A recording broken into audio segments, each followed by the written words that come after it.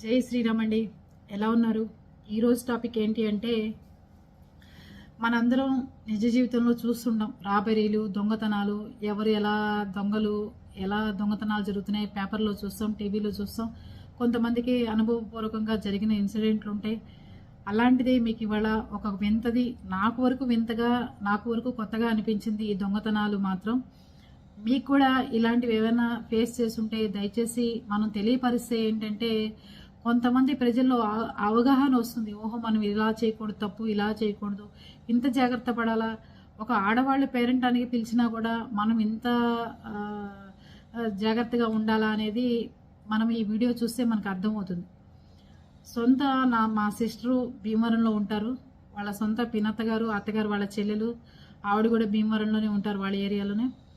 ఒక ఆవిడ వచ్చి పరిచయం చేసుకుంది. మా హస్బెండ్ బ్యాంక్ ఆఫీసర్ అండి, ఈ ఊర్లో ట్రాన్స్ఫర్ అయింది మాకు, అందుకని చెప్పి మేము ఈ ఊర్లో వస్తున్నాము, ఇల్లు కోసం వెతుకుతున్నాం, టూలెట్ బోర్డు ఉంది, మరి ఆ ఇల్లు మంచిదేనా, ఓనర్ మంచివాడా అండి అంటే, భలేవారండి, ఆ ఓనర్ చాలా మంచివాళ్ళు, మీకెందుకు, మీరు వచ్చి సామాన్లు తెచ్చుకు దిగండి అంటే ఆడవాళ్ళని పరిచయం చేసుకుందనమాట, ఆ కాలనీలో ఉన్న వాళ్ళని. మీకెందుకు, మేము చెప్తామండి, రండి మీరు దిగండి అంటే, నేను ఇవాళ దిగుతానండి అడ్వాన్స్ ఇచ్చేసి అంటే, వెళ్ళి ఇంటి ఓనర్తో అక్కడ ఉన్న లేడీసే మాట్లాడి, బ్యాంక్ ఆఫీసర్తో ఏలూరు నుంచి ట్రాన్స్ఫర్ అయింది, కొంచెం మీ ఇల్లు ఎద్దుకివ్వండి ఇలా అడుగుతున్నారంటే, ఆయన ఏమనుకున్నాడంటే మన లైన్లో ఆడవాళ్ళే తీసుకొచ్చారు కాబట్టి వాళ్ళకి తెలిసి ఉంటుందని అనుకుని ఆ ఇంటి ఓనరు ఆ ఇల్లు ఆవిడకి అప్పటికప్పుడు అద్దెకి వచ్చి అద్దెకి అడ్వాన్స్ ఇచ్చేసింది. తర్వాత చిన్నగా ఒక చిన్న స్టవ్, ఏమో ఒక చాపాదుండు ఇలా తెచ్చుకుంటుంటే, ఏంటంటే ఇవే తెచ్చుకున్నారు, సామాన్లతో వస్తానని చెప్పారు కదా మీరు అని అడిగారు ఆ ఏరియాలో వాడు. మా వారిని ఇంకా రిలీవ్ చేయలేదండి, అందుకని చెప్పి నేను ఇంతవరకే సామాన్లు తెచ్చాను, నేను వెళ్ళి పాల వాళ్ళని, వాటర్ క్యాన్లు, ఇవన్నీ గ్యాసు మార్చేవి ఇవన్నీ చూసుకుంటే ఒక్కసారిగా సామాన్లు తెచ్చుకుంటే అయిపోతుంది, మా వారేమో ఏవి తిరిగి చేయరండి ఆఫీసర్ కదా అని నేనే చూసుకోవాలి అని చెప్పారు ఆవిడ. సరే అని చెప్పి, రిలీవ్ అవ్వలేదు కదా పాపం, ఆవిడ బ్యాంకుల పనులు అవన్నీ చూసుకుంటుందని చెప్పి వీళ్ళు ఊరుకున్నారు. ఒకరోజు గురువారం రోజున మా మా చెల్లెలు అత్తగారు, అంటే నాకు కూడా అత్తగారు కాబట్టి, మా సిస్టర్ వాళ్ళ అత్తగారు వాళ్ళు భజన అనమాట, బాబాగారి భజనలో 14 మందో 12 మందో గ్రూప్ అనమాట వాళ్ళు. ప్రతి గురువారం బాబాగారి టెంపుల్కి కానీ ఎవరన్నా భజన పెట్టుకుంటే కానీ అక్కడ పేరెంటాలకి ఫంక్షన్లకి వెళ్ళి బాబాగారి భజన చేసి చక్కగా వస్తూ ఉంటారు ఆ పెద్దవాళ్ళందరూ. 60లో పడ్డ తర్వాత ఇలాంటివి చేసుకుంటూ ఉంటే వాళ్ళకి మనశ్శాంతి కదా అని చెప్పి చేసుకోవడం, వెళ్ళటం, చక్కగా దేవుడి ధ్యానంలో ఉండటం ఇవన్నీ చేసుకుంటున్నారు. ఈవిడ అవన్నీ గమనించిందండి. ఒక గురువారం రోజు వీళ్ళని పిలిచి మా ఇంట్లో నేను తాంబూలం ఇస్తాను, మీరందరూ రండి అని చెప్పింది. ఏది 12 మందిని రమ్మంటే, సరేనండి తప్పకుండా వస్తామని చెప్పి వీళ్ళు 11:30కి ఆవిడ ఇంటికి వెళ్ళటం జరిగింది. ఎవరైతే బ్యాంక్ ఆఫీసర్ భార్య అని చెప్పారో ఆవిడ ఇంటికి వెళ్ళటం జరిగేసరికి ఆవిడని వెళ్ళంగానే అందరికీ కూల్ డ్రింక్లు ఇచ్చింది, తాగారు.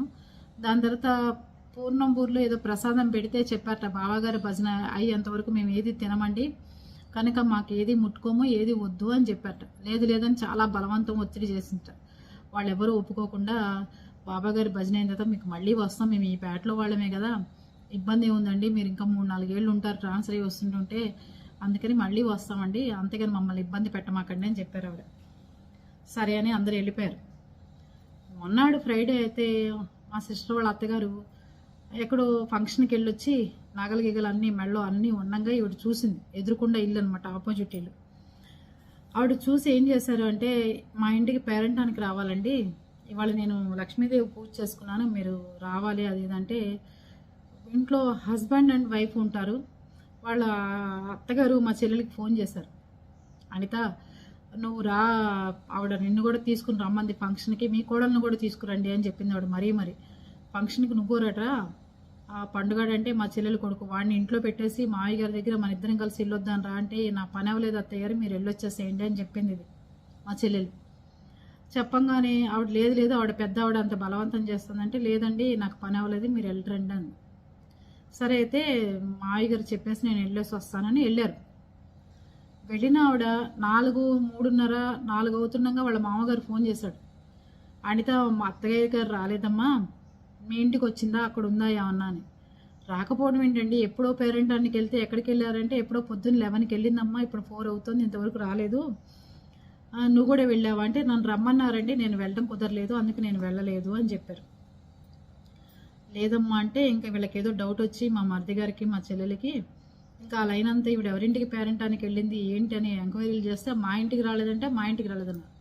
ఇలా కొత్త ఒక ఆవిడ వచ్చింది వాళ్ళ ఇంటికి పేరెంటానికి వెళ్ళిన అన్న సంగతి మా సిస్టర్కి కానీ మా మరిది గారికి కానీ తెలియదు. సరే అని చెప్పి మళ్ళీ వాళ్ళ మామగారి దగ్గరికి వెళ్ళి అసలు ఎవరింటికి వెళ్తానని చెప్పారండి. ఎవరంటే ఎవరో కొత్తగా వచ్చారు ఒక ఆవిడ, అందుకని వాళ్ళ ఇంటికి వెళ్తాను అని చెప్పారు. అంటే అప్పుడు వాళ్ళ ఇల్లు ఎక్కడైనా ఎత్తుకుంటే బయట తాళం వేసింది. ఆ ఇల్లు దిగిన ఆవిడ బ్యాంక్ మేనేజర్ భార్యనని చెప్పిన ఆవిడ ఇంటికి వెళ్తే ఇల్లు లాక్ చేసింది. వెళ్ళి ఓనర్ని అడిగితే నాకు తెలియదమ్మా, పొద్దునే వెళ్ళిపోయింది, ఎక్కడికి వెళ్ళిందో ఆవిడ అన్నారు ఆయన. సరే మా సిస్టర్కి ఎందుకో డౌట్ వచ్చి సందులోకి వెళ్ళి కిటికీ ఒకటి ఓపెన్ చేస్తుంటే ఆవిడ హాల్లో పడుకుని ఉన్నారు వాళ్ళ అత్తగారు. ఆయనకి గుండెలు ఆగిపోయినాయి. ఏంటి మా అత్తగారు ఏంటి వీళ్ళింట్లో పడుకోవడం ఏంటి, అసలు ఏం జరిగింది, బయట తాళం వేసింది, దొడ్డి తలుపులన్నీ వేసున్నాయి ఏంటా అని చెప్పి వాళ్ళ హస్బెండ్ మా మరిది గారిని ఇంటి చుట్టుపక్కల వాళ్ళందరూ వచ్చి తలుపులు పగలగొట్టి లోపలికి వెళ్ళి చూస్తే స్పృహ లేని పరిస్థితుల్లో ఆవిడ ఉన్నారు. చెవులకి రాకపోతే చెవులు లాగేసేసి కనీసం 60 నుంచి 70 సవర్ల బంగారం తీసుకెళ్ళిందండి. ఆవిడ 11:30కి ఈవిడిని పిలిచింది పేరెంటానికి రమ్మని. ఈవిడ వెళ్ళారు. 12:30, 1 కల్లా ఆవిడ చిన్న టిఫిన్ క్యారేజ్ లాంటిది పట్టుకుని ఆ లైన్లో వెళ్ళటం అక్కడున్న కిరాణా షాప్ వాడు చూశాడు. ఈవిడి మా అత్తగారికి స్పృహ రావడానికి 2 రోజులు పట్టింది. 2 రోజులు పట్టిన తర్వాత లేచిన తర్వాత అడిగితే చెప్పారు ఏదో పూర్ణంపూరి ఇచ్చింది తినమంది, రసన ఇస్తే నాకు వద్దమ్మా, నేను అలాంటివి తాగనన్నాను, పూర్ణంపూరి ఇచ్చిన తర్వాత నాకు ఏం జరిగిందో తెలియలేదు అని చెప్పారు. ఏ మగవాళ్ళు కానీ ఇంకో ఆడవాళ్ళ ఆసరా లేకుండా ఒక్క సింగిల్ లేడీ వచ్చి పేరెంటం అని చెప్పి పిలిచి ఒక దేవుడు మాయలో మనుషుల్ని బ్లాక్మెయిల్ చేసి ప్రసాదాలు పేరెంటాలంటే లేడీసు అయ్యో వెళ్ళకపోతే పాపం చుట్టుకుంటుందేమో, ఈ తాంబూలం తెచ్చుకోకపోతే మన 5వ తనం ఏమైపోతుందో, లేకపోతే ఈ ప్రసాదం కాదంటే ఏమంటారు, ఈ పూట పేరెంటానికి వెళ్ళకపోతే దేవుడు ఏమంటాడో అని సహజంగా మనం అనుకుని వెళ్తూ ఉంటాం కదండి. అలాగే ఆవిడ కూడా అనుకున్నారు, వెళ్ళారు. దాని తర్వాత ఆవిడ స్పృహ రావడానికి 2 డేస్ పట్టింది. అప్పుడు పోలీస్ కంప్లైంట్లు ఇచ్చి ఆవిడ స్పృహలోకి వచ్చిన తర్వాత పూర్ణంపూరి పెట్టింది, నేను స్పృహ తప్పిపోయింది. దాని తర్వాత నాకు అసలు ఏమీ తెలియదు. 2 రోజుల తర్వాత మెలకు వచ్చింది. ఆవిడకి ఇచ్చిన మత్తు మందు కూడా తెలుసా అండి ఎంత పవర్ఫుల్ అంటే వాళ్ళు చెప్తున్నారు. మామూలుగా అయితే ఆవిడ కోమాలోకి వెళ్తుందని చెప్పారు డాక్టర్లు. ఆవిడకి బతికి బట్టగట్టుతుంది, బయటకు వస్తుంది అని ఎవరు అనుకోలేదు. అలా అంత పవర్ఫుల్ మత్తు మంది ఇచ్చింది. సరే పోలీసులు మంచి అందగత్త, మంచి తెల్లగా, మంచి హైటు వెయిటు మనిషి చెప్పంగానే ఇదే సేమ్ మనిషి మళ్ళీ వైజాగ్లో నెల తర్వాత సేమ్ ఈవిడికి ఏదైతే జరిగిందో పేరెంటానికి రండి తాంబూలం ఇస్తానని ఎలా చెప్పిందో సేమ్ వైజాగ్లో కూడా ఇలాగే చేసింది ఆవిడ నెల క్రితం. అక్కడ పట్టుకున్నారు. అక్కడ ఒకళ్ళ ఇంట్లో చేసి ఒకళ్ళకి తెలిసి ఇంకోళ్ళ ఇంట్లో ఇలా చేయడానికి వెళ్ళినప్పుడు, అలా పేరెంటానికి పిలవడానికి వెళ్ళినప్పుడు ఆవిడని పట్టుకోవడం జరిగింది పోలీసులు. పట్టుకుని రాజమండ్రి తీసుకొచ్చారు ఆవిడని. వీళ్ళకి ఇన్ఫార్మ్ చేస్తారు ఒక దొంగ దొరికింది, ఆవిడ మీరు చెప్పిన ఆనమాలలాగా ఉన్నాయి, మీరు వచ్చి ఒక్కసారి చూసుకుంటే బాగుంటుంది అని చెప్పి పోలీసులు వీళ్ళకి కవరింపించారు. సరే అని మా సిస్టరు, మరిది గారు, మా అత్తగారు అందరు కలిసి అక్కడికి వెళ్ళారు. వెళ్ళిన తర్వాత సేమ్ ఆవిడ వెళ్ళటంతో నా ఆవేశం వచ్చి దాన్ని 2 పీకింది. ఏమే పేరెంటాలు ప్రసాదాలు దేవుడు అంటే అందరూ మాయ చేసేసి మా బంగారం దొబ్బేస్తావా, చెవుకి రాకపోతే చెవుది లాగేసుకుని వెళ్ళిపోతావా అని చెప్పి ఆవిడని బీభత్సంగా 2 దెబ్బలు వేసింది. తీరా ట్విస్ట్ ఏంటి తెలుసా మీకు ఈ స్టోరీ ఇంతసేపు చెప్పడానికి? నేను అందరు బంగారాలు వెళ్ళిపోతాయి, అందరింట్లో దొంగతనాలు జరుగుతాయి, దొంగతనాలు జరిగిన వాళ్ళకి కొంతమంది అదృష్టవంతులు ఉంటే పోలీసులు దాన్ని ఏమంటారు రికవరీ లాగా చూపించి మీకు సగం బంగారం ఇచ్చిన వాళ్ళు ఉంటారు. కానీ ఇలాంటి దొంగతనం జరిగినప్పుడు ఇలా సమాధానాలు చెప్పిన వాళ్ళు ఎవరైనా ఉంటే నాకు కూడా తెలియపరచండి కామెంట్ రూపంలో. ఎందుకంటే మన సబ్స్క్రైబర్స్ కానీ మన అభిమానులకు కానీ లేకపోతే బయట ఉన్న వాళ్ళకి కానీ తెలియాలి కదా ఇట్లాంటి దొంగతనం ఒకటి జరిగితే ఇట్లా చెప్తారు సమాధానం అని. అప్పుడు ఆవిడ ఏం చెప్పింది అంటే నాకు చాలా మొక్కులు ఉన్నాయి, ఆ మొక్కులు తీర్చుకోలేకపోయాను, అందుకని నీ దగ్గర దొబ్బేసిన బంగారం అంతా తీసుకెళ్ళి ఉండిలో వేశాను అని చెప్పిందండి. దీనికి మీరందరూ ఏమంటారు? ఇలాంటి ఆన్సర్ ఒకటి వస్తుందని మీరు ఎవరైనా ఊహించారా? మీ బంగారం తీసుకెళ్ళి నేను హుండీలో వేశాను, దేవుడి హుండీలో. పోలీసులు అడిగారు అమ్మ ఎక్కడ హుండీలో వేసావే చెప్పమంటే నాకు తెలియదండి, కనపడ్డ ప్రతి గుడిలోనూ తీసుకెళ్ళి కొంచెం కొంచెం బంగారం వేసుకుంటూ వెళ్ళిపోయాను, చీకట్లో ఏ గుడి అనేది నేను ఐడెంటిఫై చేయలేనని చెప్పేసిందండి.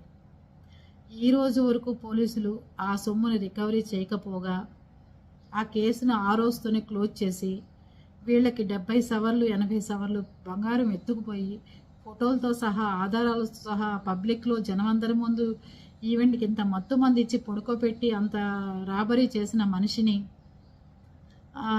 ఏ రకమైన రికవరీ ఇవ్వకపోగా ఏ రకమైన యాక్షన్ తీసుకోకుండా మరి ఆ దొంగ ఏమైందో ఎలా ఉందో ఏం చేశారో పోలీసులు ఎవరికీ తెలియకుండా రికవరీ అన్న చూపించండి అంటే మేమేం చూపిస్తామండి అంటే పోయిన బంగారాన్ని ఆవిడ ఉండిలో వేసిన పదే అక్కడికే వెళ్దాం, గుడి దగ్గరికే వెళ్ళి తెరిపిస్తే ఇలా సంగతి అండి అని చెప్పి అడుగుదామండి, మాకు పూజారుల గారికి చెప్తే మేము వాళ్ళు ఒప్పుకుంటారని చెప్పి అడిగాం. ఆవిడేమీ సమాధానం చెప్పలేదు, ఆ కేసుని క్లోజ్ చేశారు. ఇలాంటి దొంగతనం మీరు ఎక్కడన్నా చూసారా? ఇలాంటి కేసు ఎక్కడన్నా విన్నారా?